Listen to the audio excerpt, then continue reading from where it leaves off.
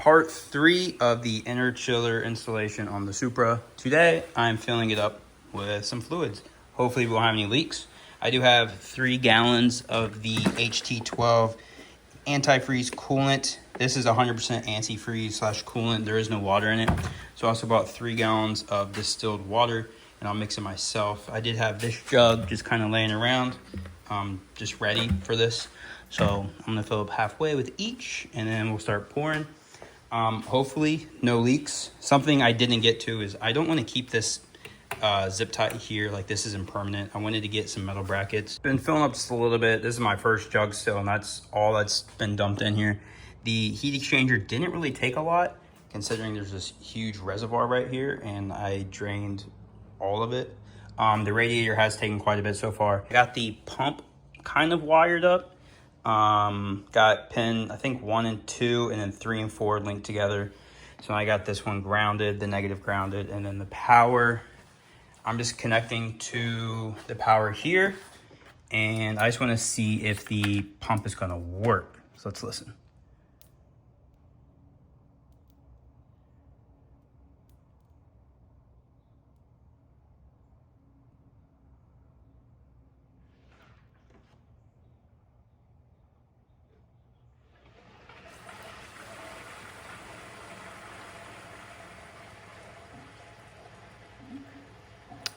I say it's safe to assume the pump's pumping.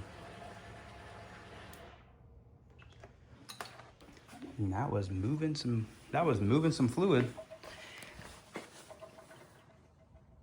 Looks like there might be a little dripping out, but I have this open just to help as it circulates, air bubbles can come out. So before I get too far reinstalling everything, I wanted to show you guys the bracket I made instead of the zip tie I had. So if you guys look at it here, originally I did have this screwed in here and then this one screwed in here. But as I had started putting it together, it was super pushed out, like the reservoir, to where this was like way in here, and there would be no shot I'd be able to put the wheel back on. So through trial and error, I've been putting it back together, remaking the bracket, putting new holes. In the end, this worked out really well, because now the whole thing's lifted up a little higher, so it kind of gravity feeds the pump more, and it's pushed way more in. And now I actually have some clearance here, where before I couldn't even get this thing on. Like nothing was lining up.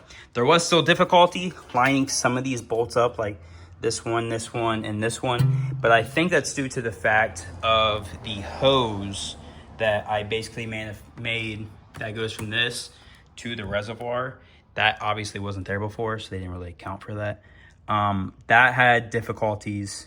I had difficulties installing it over those. Like I really had to force it. All the panels are put back on, everything on top, everything on bottom. Got the fender liners on both sides. We finally made some awesome progress. Wheels are back on. It's actually on the ground for once and forever.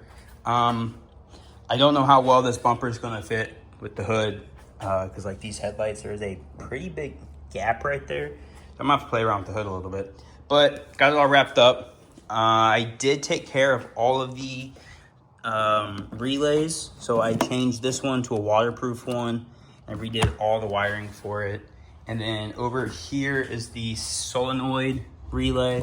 Right here's the fuse, the solenoid, or not solenoid, sorry, relay. Here's the switch. I don't care to put it inside the car. I just don't, to be honest.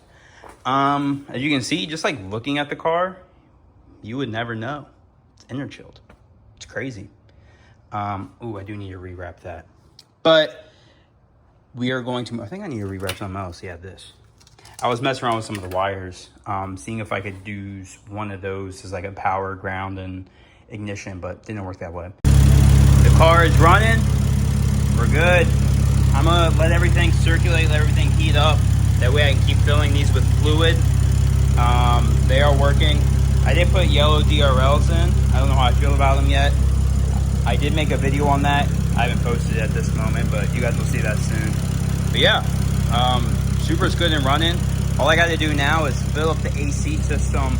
I won't be able to do that until sometime next week. Been a few days, but I got some updates. As you can see, there's a fan here, and there's a reason for that. So first things first, when it comes to the interchiller install, FI Interchillers wants me to have the factory fan, that guy right there, can barely see it, this guy, to be on 100% all the time. And just like everything else in this car, it's ran off by how much voltage we give it. So kind of came up with this idea like, okay, let's get a voltage regulator and just change the voltage. However, my current little predicament is if you look at the wires for it, I don't know if it'll pop up. Shoot. Okay, anyways, there is 2 big wires for it, a big red and a big black, like normal. And then there's like 2 smaller wires, and they're different colors as well. So I don't know really which wire does what. Obviously, I can bring out my multimeter and look. But then I have a feeling I'm gonna have to snip wires, because looking at how those wires run, I don't really see a connector for it. So that kind of makes me nervous. So there is that. That way I can turn on the radiator fan 100%.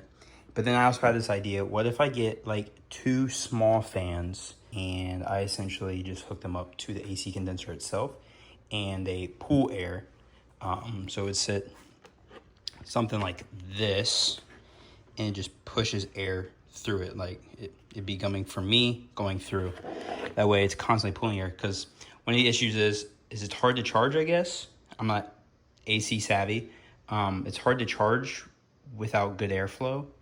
And then also it comes to the fact that my boost is cooled by the Freon. Well, if the Freon isn't getting cooled down with airflow, so say I'm sitting at a stoplight or whatever, Freon temp's going to go up, kind of like a factory heat exchanger in the front, or intercooler, whatever. I am also going to be charging the AC system myself.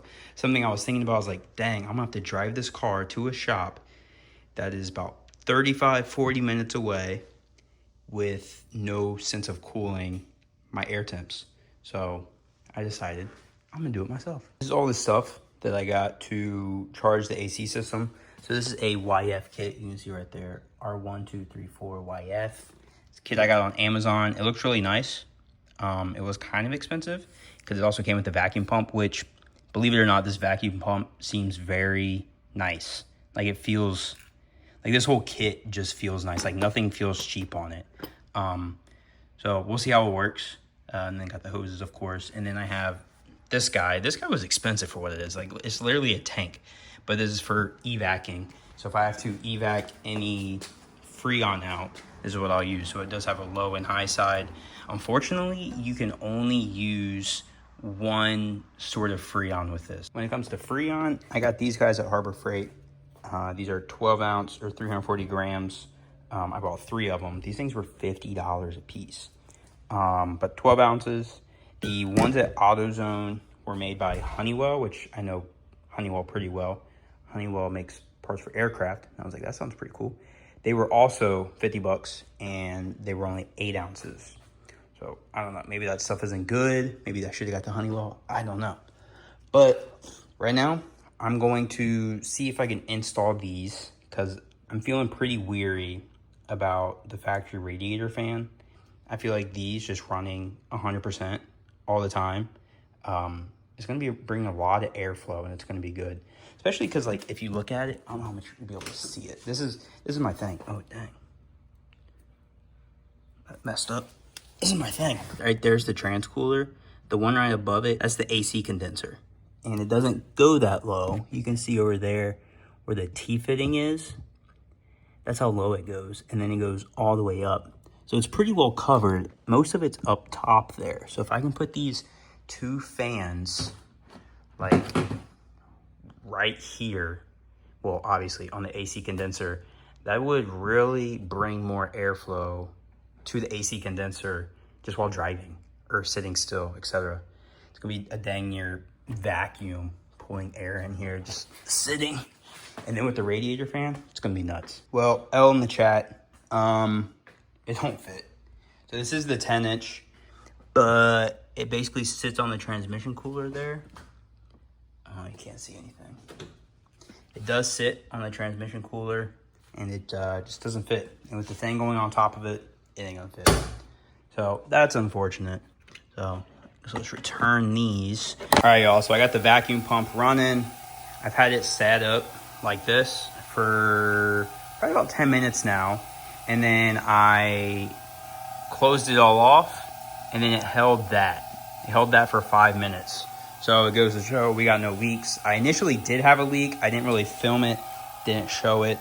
It was the fitting that's right there. You can see that Allen right there. I was able to get about a half turn on it, and then it was tight, I guess, because now there's no leaks. I could even hear it, like that's how the leak was. So I got this to sit for 5 minutes at the current vacuum. So now I'm gonna let it sit with this vacuum pump on for about 45 minutes to an hour to try and pull out, like, make sure it's got all the air out, all the moisture, etc. Because it is really humid in Florida. So I'm sure there's a little bit of moisture in the system. So I'm gonna let it sit here, just let it do its thing. And then I'm probably gonna leave this open all night just to ensure we got a good vacuum on the system and there's no leaks. This is where it sits. I just had it sitting on that for an hour now. And I'm gonna leave it like this overnight.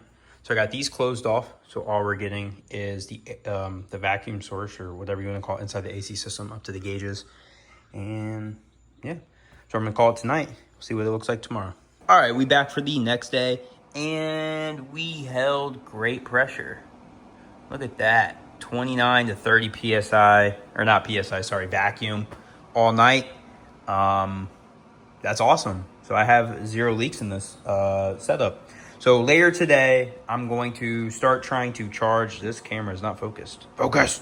I'm gonna get a hold of FI, and we're gonna start charging the system with AC so we can get this system working.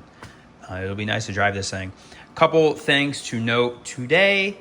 I do have wheels coming for the truck. That's pretty cool.